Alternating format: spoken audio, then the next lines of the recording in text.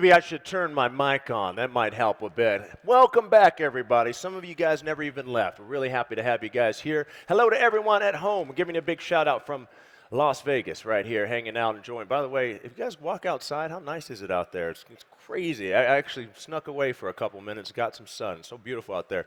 Good to have you guys here. So let's get into it. Those of you that were already here a couple minutes ago, I already gave you a full preview of what we're going to get into, but let's get right into it. So here's the deal. It's all about what women want. Like I said, something I've been trying to figure out a long time. We're gonna get into it, all right? But this is particularly to do with the auto industry, okay? So that's what we're going to be focused on. Other topics, maybe we can do that all, off the clock. We'll figure that stuff out. So we're extremely excited. We have powerhouse ladies here that are ready to rock and roll. So why don't we just get it going? I'm going to introduce your moderator, and then the moderator is going to introduce the rest of the ladies, and I'll stand out of their way if that sound works for you guys. So why don't we get right into it? So here we go. What women want, a perspective on the auto industry. I want to welcome the one and only. By the way, her title is fantastic. She is Chief People Officer. Chief People Officer with Cox Automotive. Ladies and gentlemen, put your hands together. Janet Barner. Let's go. Janet Barner. All right, hey, welcome. Thank you, Madison. You're so welcome. All right. Well, thanks for gathering here today and what women want. So for the men in the crowd, we're a little too late for Valentine's Day. Had you known this beforehand, you could have been a hero, but we'll try to help you out today. And what we have to tell you today might surprise you based on what you might think of traditionally. So I'm really happy to be here. Thanks to NADA for having us on stage today. Really happy to introduce my colleagues. So I'm going to start with Lori Wittman. She's our leader for our dealer software solutions group, which basically translates out of corporate speak into real terms about all the tools that a dealer would ever want and need.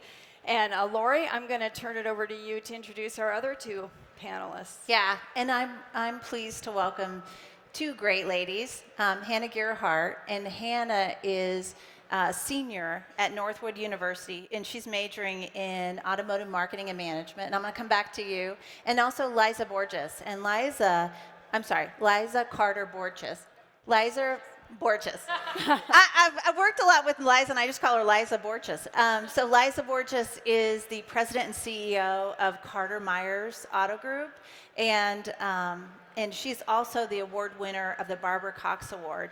And so I just wanted to spend a couple minutes. I've got some notes about both Hannah and Liza, and I just want to give you a feel for the caliber of women that we have on stage. So you're on the dean's list, is that right? Yeah, I'm very excited about graduating.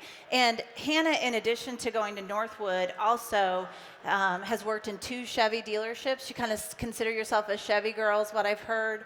And also has had some success in some other areas. She's also on the track team, and she throws the hammer and the discus, right? Yeah, so really excited about that. Liza, to give a little bit about your background, first of all, Liza is an incredible business partner for Cox Automotive. I was mentioning to her before we came on stage that she had a hand in some of the work that we brought to NADA, so I'm really excited about that. But just so you know a little bit more about Liza, Liza's 4th generation, and when the Carter Myers Auto Group was founded in 1924. And since she's joined the company in 2003, it's more than doubled in size to 15 dealerships. So she's had a really big impact, not just on the culture and the success of the dealerships, but also in the communities that she's a part of. So I just wanted to start with, real quick, a question for Liza. So I know, being 4th generation, like me, your father had a big impact on your career. I know growing up, that was that big thing for me to see, my father and his leadership style. So I'm just curious, as women, we're steered many times to find women mentors. And what do you think about that? And what role do you think men play in making sure we've got a level playing field? It's a great question, Lori, and maybe I was holding it too close.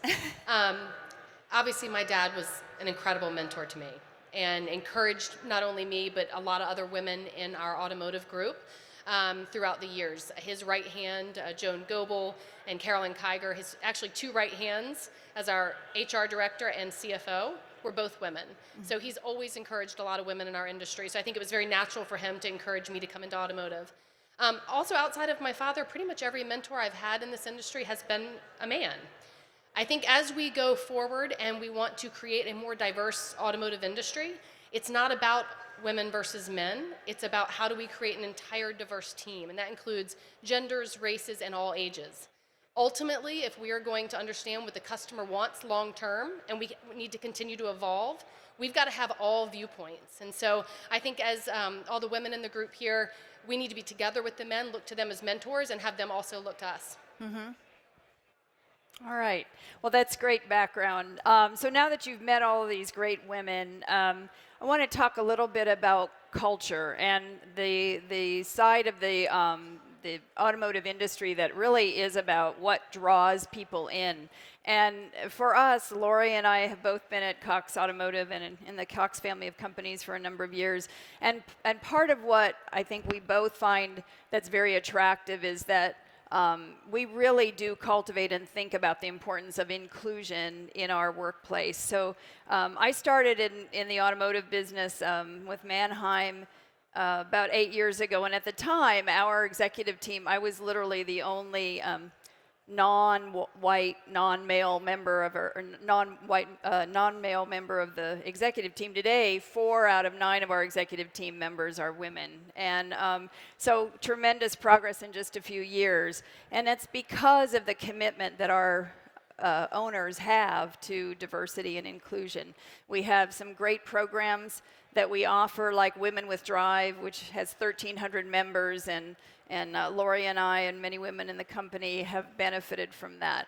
So making those programs and that kind of real conversation about what works in the workplace and what makes people successful is part of our culture. So Hannah, as you think about, now you're in your senior year, right?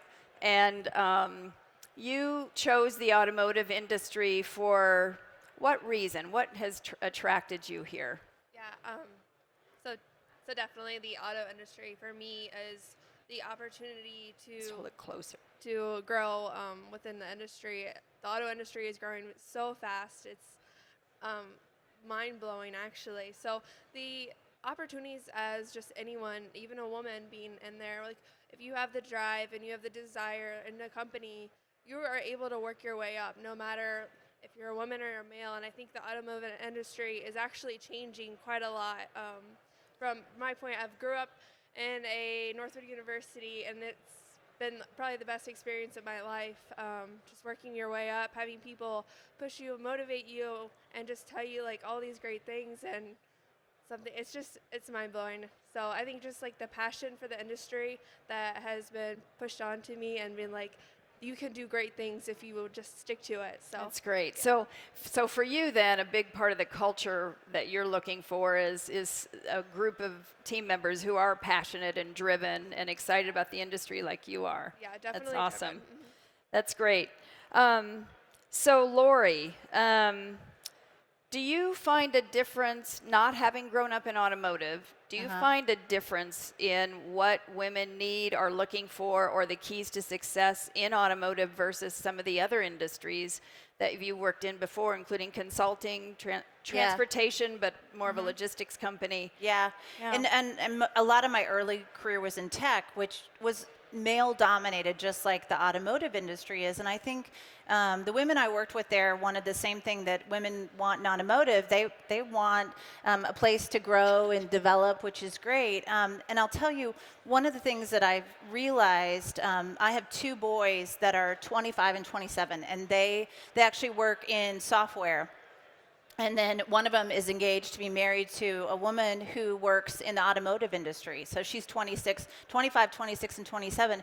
And what I've realized, and is giving me really great hope, is that they think about things differently than I think our generation does. And I think there is a big generational difference. If I think about my boys specifically, my youngest has only worked for women. in the company that he works for. And I think in my 30 years, I think I've only worked for 2 women for less than a year ever in my entire career. And I've also noticed with Kelsey, working at an OEM, incredible opportunity. And I think the gender lines, there's not these boxes around, this is what women do and this is what men do. I think they grew up with moms like us. And I think they think that's just normal, and so it just gives me a lot of hope. And maybe I'm just seeing it. Hannah, you're more their age. I mean, do you feel that? Yeah, so I definitely think that. I know, like, I see most of my supervisors that I had throughout my internships through the 4 years have been females. So, like, I don't see it as much as maybe you guys do just because I'm a young professional growing up in the industry. So. Well, that's encouraging for sure. So, for the rest of the panel, we probably all have some stories. We're going to get a little provocative here. And some stories about maybe where things were challenging and maybe not all that long ago. And so we know and we believe that a lot of the really horrible things of the past in business generally, I think, have been cleaned up and gone away. But there is this thing called unconscious bias that we all have, and no one is exempt from it. And, when we miss nuances or maybe exclude someone totally unintentionally and totally not because we want to, leave them out. So I know an example when I, just a handful of years ago, we had a golf event and it was at a club, a golf club, obviously. I went to the restaurant to eat lunch. Beforehand, we had a group lunch and I went in there and there was no one there. And so I asked the wait staff, where is everyone? Do I have the wrong time? And they said, oh, the lunch is in the men's grill. And so I said, okay, let me guess. I can't go in there, right? And so I had to sit down and have lunch by myself. And then shortly after, some of my colleagues realized what had happened. They came down and joined me. So again, that was nothing intentional about that. But that was a great unconscious bias example. And I think the more we can talk about those things openly and share those stories and learn and teach from it. And I'm just curious, especially Lori, Liza, do you have similar little anecdotes like that? Well, I'll share one, but I'm going to start by saying I also believe that our industry truly has the intention of being inclusive at this point. And it's something I'm super proud of. But I did have a situation within the last year, and I was shocked, and I think the other person was shocked by it. I was with one of our OEMs, and they took us to a baseball game, and they had tickets up in the suite, and somebody from their events company was in charge of handing us the tickets to go through the turnstile. And I went up, and I went to hand me my ticket, and she said, oh, I'm sorry, we only have tickets for the dealers, not the spouses. And I stopped, and I said, well, and I didn't want to say the brand. I said, I am a dealer. And she actually looked to the man standing next to me for confirmation. And then we were all embarrassed. It was horrible. I hadn't had anything happen to me like that in a long time in our industry, but that just told me that there's still some unconscious bias there. And it happens, and we're all going to move past it, and we're going to learn from it together. Yeah. It's uncomfortable. And it's not all gender related. And No. it could happen with anything or anyone along the time. I think it's, like I said, the more we can talk about it and share those experiences and laugh about them a little bit and learn from them, that's what's important, right? So, Hannah, just from your comments earlier, some of these stories you've heard, I think after yours and Lori's exchange, it sounds like you're not necessarily seeing those examples as much anymore. How are your relationships with your colleagues in school? And, do you run more as a tribe? Is there less sort of awareness around men, women, racial differences, all of that? How do you feel about it? I mean, there's not really a difference. I do have a story, though, that kind of be interesting for everyone. I did an internship in which I was able to do 2 weeks in every single department, and I was in the service lane, and it was my first day in the service lane, didn't learn any of the codes. They're just like, go around, check the car, get the mileage and all that. So I was doing that, and it was very interesting to see how many people came up to me instead of the guys in the service lane. I'm like, I was a friendly face they saw. They're like, oh, she's not going to take advantage of me. She won't upsell me. So just kind of very interesting story for me. I mean, I found it very influential because then women, if they're understanding and taught the proper materials, they can actually do very, very well in the service industry and any industry or department in a dealership. Yeah, that's a fascinating story because that's actually a very positive story because they saw something in you, sensed something in you that they liked, and they wanted to do business with you. So that's a good segue into our next topic. So is this industry ready for more strong leadership from women? Yes. And that was kind of a softball question.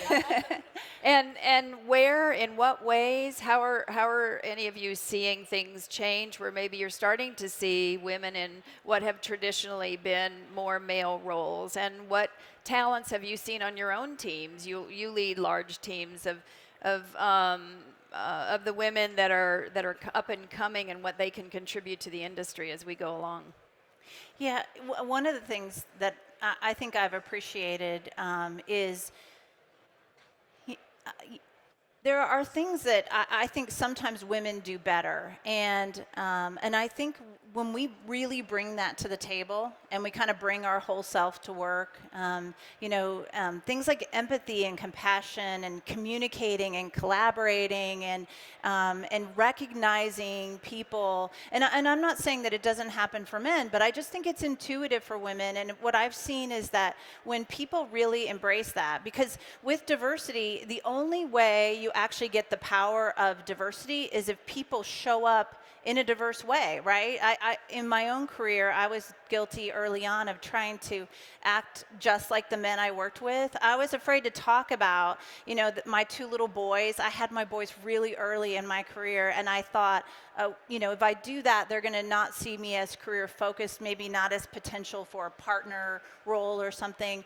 And but I think there are things that women inherently bring to the table that are really important to leadership, especially in automotive. Eliza, what do you think? I think another perspective I'd like to add is we've gotten to a point where we have the men in our industry now intentionally looking to recruit and promote women, whereas quite a few years ago it was women trying to find more women, and they would ask people like us to be on panels and say, talk about how we get more women. We are now seeing, in fact, one of my general managers is sitting in front of me, and just recently he specifically said, I need to recruit more women on my sales floor. And he was actively going on social media saying, I need women on our team. So I think one of the biggest changes very positively that I'm seeing is that men are starting to intentionally recruit and promote from within women. It's not just women talking about this subject anymore. It's all of us. That's so incredibly important because we need partners in all this. And I've often said if it's just us sitting in a room talking about us, we don't necessarily solve the problem. Right? Actually, one other thing I'll add, what I was really proud to see was the Board of Women in Automotive now has several male dealers on it. Yeah. Because it started off as a group of women talking about how do we bring more women in, and now they've recognized that women in automotive has to be about men and women bringing women into our industry. That's right. Yeah, that's right. Hannah, maybe do you have some stories or anecdotes about how there are some men around you? Could be your professors, could be your advisor, could be your fellow colleagues in school who have really helped you along the way, who are males that have been real role models for you. Yeah, absolutely. So both of my professors right now are really great mentors to me, helping me just kind of decide which way I wanted to go throughout the 4 years of my course. They've always supported me in whatever choices I made. They never were like, oh, you should do this. They're like, you need to figure out kind of where you want to go, what kind of path do you want to take, and just go from there. So that's great. So the sad fact is that there are still less than 5% of women running Fortune 500 companies. So clearly, while we've made a lot of differences at many levels in many industries in our companies, those top jobs still seem to be elusive to many of us. So when we think about that, and you think about your own careers, do you feel like it's been harder for you than maybe some of your other colleagues? Do you feel like you've had to work harder, be more perfect, be better at what you do? Or do you hear that from any of the women maybe that you work with or who are up and comers that you're trying to help advise and coach? I would say absolutely. I mean, I've had really great mentors, male mentors and advocates. I think advocates is a really important word because there's mentors, but there's also people who will open doors for you. And I found that in my career. I think there are times where we don't expect enough as women. We are a little bit conditioned to be okay with things, and I think that holds us back in some situations. I've also been in a situation where there was discussion about, the real rare salary increase dollars, where there was a discussion about where they were going to get applied, and the comment was, well, but she's a second income. Oh, yeah. And so, I think a lot of that stuff has gone away, but I know that there are definitely things like that. I'll give one other example. I think women sometimes are labeled as bossy, and I think that's a limiter for us, because then if you don't want to be labeled that way, you might behave differently than your male counterpart, and that holds us back, because frankly, being bossy and having a point of view is really, really important. I really like it when you're bossy, Lori, by the way, just so you know. Liza, how about you? What's your perspective on this topic? I think I'm going to look at it from a different perspective than Lori, in the fact that, at least as I've been coming through, I've seen it as an opportunity if I'm the only woman in the room, or there are very few of us, whether it be on a manufacturer advisory board, if it's on some sort of brainstorming group. If you're the only female in the room, you have the opportunity to shine and to stand out. And so I've tried to jump on those opportunities and say, you know what, maybe they're going to listen a little clearer because I'm the only female here. And so I think that for any woman here or in our industry, if you find yourself in that situation, use it as a positive. Right. You know what? You're going to stand out from all the black suits, wear your red dress, be very confident in yourself, and share your perspective. What other tips do you have? I mean, not just for women, but for anyone who's maybe a little shaky on their confidence and not sure if they should speak up, not sure if they should cut into a conversation in a room. What things have worked for you, or what advice do you give to each other? Hannah, I'd like to hear from you too. As you've gone through your college career and you've learned more about being in events like this and networking, what has worked for you? So yeah, I definitely think that there's never really a wrong answer to anything. I mean, if you voice your opinion, something might trigger someone else's thoughts and be like, hey, that's a great idea, but let's add on to it and do this. Yeah. So I think even just voicing your opinion and saying things, I mean, that's how ideas are created. So, Right. Yeah. Right. No such thing as a dumb question, right? Absolutely not. Lori, how about you? Any thoughts on this one? I think sometimes it's like self-talk for me. Just telling myself that probably other people feel the same way, and just kind of talking myself out of it is typically how I address it. I'm nervous a lot, but So are a lot of people, and they often don't want to admit it. So. Well, I think that everybody in automotive knows how much our industry is changing right now. Hannah used the word mind-blowing earlier. And if people have ideas or have a viewpoint or see something that's happening, whether it be in our dealerships or on the OEM level, we actually owe it to ourselves and everybody here. We owe it to each other to speak up and to be confident, because if we all share the same opinions, we're going to keep doing business the way we've always done it for how many ever years. And at some point, we will not continue to exist if we don't evolve and change. So we need everybody's opinion. And like you said, there's no wrong answer. But be confident in the fact that if we don't change, we will cease to exist. So please speak up. That's right, and we are moving into this digital world very quickly, and the rest of the world arguably has already moved there probably faster than this industry has. Yep. And I was really encouraged yesterday. I heard one of the panelists at the retail forum say he thinks women generally are really good at the digital side of the business. I'm like, you go. That bodes very well for a lot of people in the industry, right? Okay, so Lori and Liza, and then Hannah, I'll ask you a little bit different question. What, if you had to go back and do it all over again, and you think about what you wish you would have known earlier in your career that maybe you know now, what would you tell your 20-year-old self to do differently than maybe you've done it? Do you want me to go first? Yes. Okay, so in having boys that are young in their careers, I think it's become even more crystal clear to me, and it is expect more. I mean, I really felt like earlier in my career, I was just thrilled to have been hired into a role that was primarily males, or I was excited to be invited to a meeting. And I look back and I just think, wow, I should have just gone for it in more situations. I should have negotiated harder. I should have, and I know we probably all look back, but that's my thing is that, just go for it. And I hope you are, Hannah. Yeah. Thank you. Great advice. Liza, how about you? So I started my career on the manufacturer side. I went to work for Honda right out of college before I came to the retail side. And I was actually having a conversation with Hannah before we came on the stage here because she was talking about going to an OEM or to a third party. And I really value the time that I spent on the OEM side because I learned a different perspective that I was able to bring to the retail side. But part of me wishes I had had the confidence or the vision to understand how much impact the retail side of our business has on lives in every aspect of their life and in trying to help them with transportation solutions. I don't think that I understood the importance of the retail side of our industry, even though I had grown up with it my entire life. I remember telling my dad, I don't want to go to work in the dealership, so I went to work for Honda. I wouldn't give up those years with Honda for anything. I wish I had recognized the importance of the franchise system and the retail automotive industry at an earlier age. Yeah, you didn't necessarily realize what you were a part of, maybe. I saw a lot of hard work, but I didn't understand the impact that we made on people's lives. Yeah, that's great. Well, what about you, Janet? Wow, now you're surprising me. I think, so I was raised in the Midwest.